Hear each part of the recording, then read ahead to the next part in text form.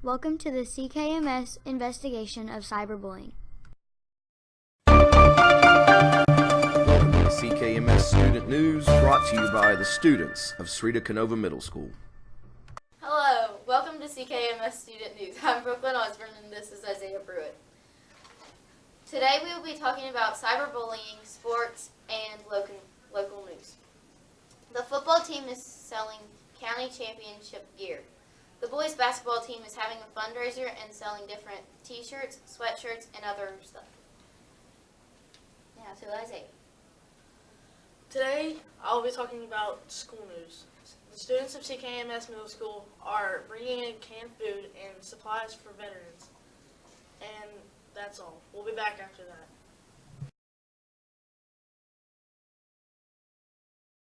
Hey guys, this week we're taking a little bit of a serious turn with CKMS Student News. Every week we're wanting to tackle an issue that is going on in the world or going on with kids. And for our inaugural investigation, we are doing cyberbullying.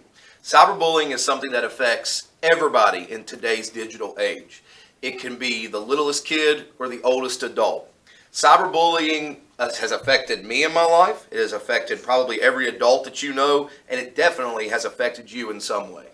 Now, the definitions for cyberbullying can be a little bit different, but the best way to explain what it is when people continuously pick on you or pick on other people online. It could be on Facebook, Instagram, Snapchat, you name it.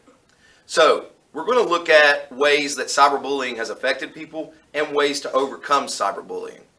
Not everybody is innocent. I guarantee you that at least once in your life, you've maybe picked on somebody a little too much on the internet. So this is a lesson that we all can learn, both children and adults.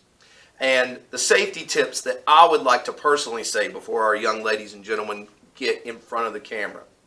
Don't send a picture that you wouldn't want your mom or dad to see. Snapchat can be screenshotted. Remember that. Don't post yourself in compromising situations.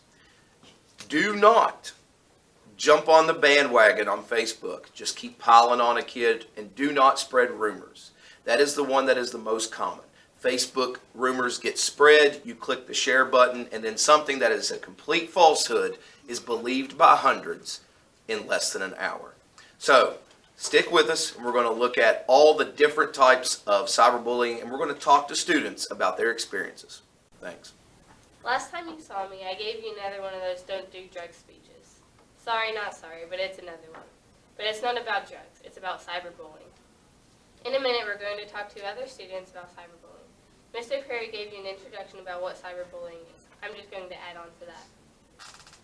Over half of young adults and teens have experienced cyberbullying. About the same number have bullied online. More than 1 in 3 young people have gotten cyber threats online. Over 25% of teens have repeatedly bullied through their cell phone or the internet. Most cyberbullies are led by anger, revenge, or frustration, or they might do it because they think it's fun and have too much time on their hands. Also, many do it for laughs or to get a reaction. Some cyberbullies offer it as a joke, but the victim doesn't take it as one. Don't be that jerk that thinks it's funny to make fun of people. It's not funny and it's not cool. Did you know that suicide is the third leading cause of death in teenagers? Well, it is. 20% of cyberbullied kids think about suicide. 1 in 10 attempted. A total of 4,500 kids commit suicide each year. So if you cyberbully someone and they get depressed and you kill themselves, you're a murderer. You cause a death. So if you got anything from this, don't bully. It's not cool, it's not funny, and it's not acceptable. So pretty please, be nice to each other. Sorry. We're going to talk to Reagan Crum and Landon Henson about cyberbullying. So, Reagan, have you ever been cyberbullied? No. How about you? No. Have you ever picked on someone online? No. What do you think about cyberbullying? I think it's terrible because normally the bully is like hiding behind a screen and they won't say anything up close to the person. So they're normally scared to do anything. How about you? I don't think it's good to do. I just don't think people should do it. Okay, thank you. All right, right, welcome back to CKMS Student News. This is Mr. Perry, obviously, and today is our investigation and discussions about cyberbullying. We're going to bring you multiple segments about cyberbullying and the dangers of being a jerk on the internet. So, we are here with Micah Hodges and Emily Blankenship. We're going to talk about the dangers of online interactions. You know, guys, there is, and this is not just with kids, as I said in my introduction, adults are guilty of it too. But what's some of the worst things you've seen people do to other people online that you would say, Emily? Speak louder. They would call them names or... Yeah, you have the people that have a lot of courage behind the keyboard, don't they? Micah, what's your experience with cyberbullying? Well,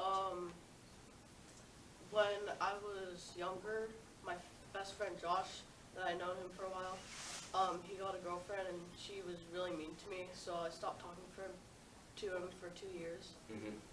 So yeah. And how did that involve the internet? They were texting me. Texting, well, that counts too. Yes, you're right. Cyberbullying. You know, there's a lot of people that think that they can say whatever they want on the internet without repercussions. It's just like seeing somebody in public is the way you should act. If you're not going to say it to somebody's face, you shouldn't say it behind a keyboard for sure. Emily, what would you say for a young person is the worst app for people picking on other people? Probably Snapchat. Why is Snapchat so bad? Because most adults aren't on there. Yeah, there's not a lot of oversight on Snapchat for sure. Which one would you say? Maybe Instagram. All right, why Instagram? Well, because a lot of people are on there, I think more than any other social media.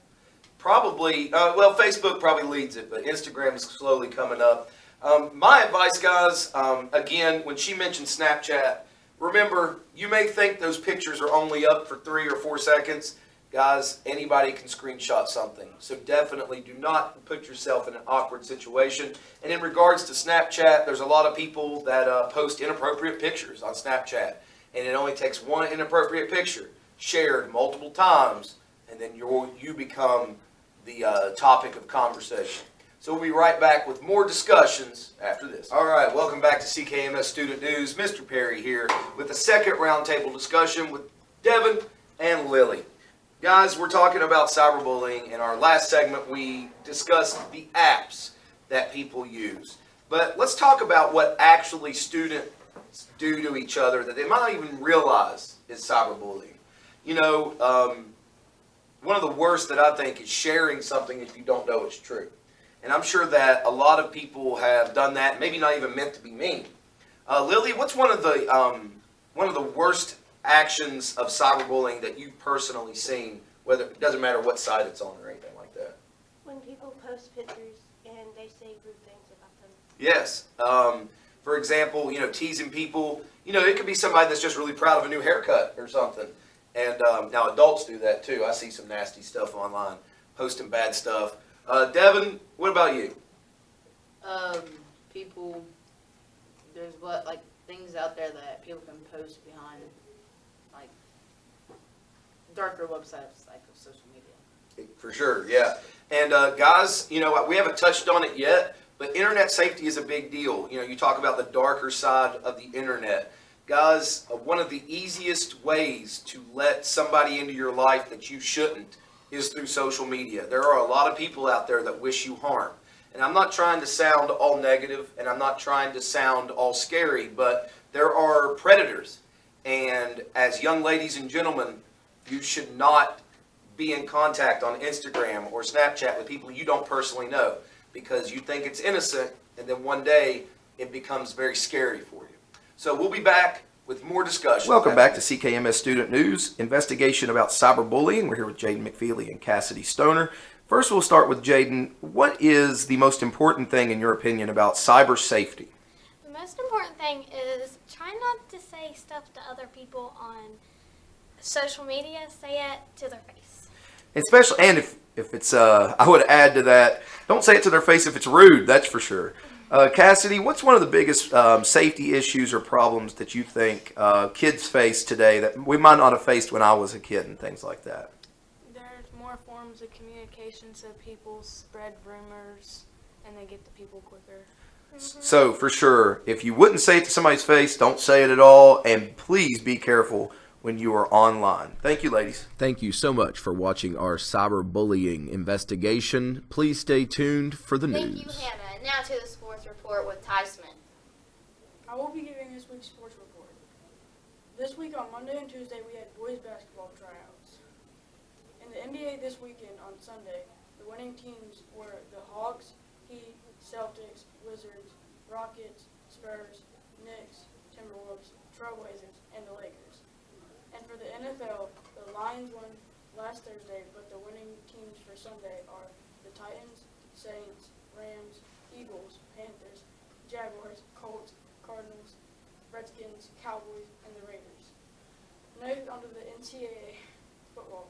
On Friday, Memphis won, and on Saturday, Georgia, Alabama, Notre Dame, Clemson, Oklahoma, Iowa, Michigan State, TCU, Wisconsin, Miami, Washington, Auburn, WVU, Mississippi State, USC, UCF, and Washington State all won. Thank you, Ty, for that sports report. Now to Mr. Perry with the bizarre news. Today in Bizarre News, well, last week we learned about the Mad Pooper of Colorado, but this week it gets even stranger. In Bangkok, Thailand, a monkey on the subway stole. First off, what's a monkey doing on the subway? But anyways, okay, stole a strong cup of coffee from a tourist, drank it, and passed out for 10 hours. Also in the United Kingdom, it is shown that robots truly are taking over the world. Alexa, in a small flat in London, started a party on her own at 2 a.m., blasting party music, and got a local man summoned for excessive noise. Thank you, and stay weird.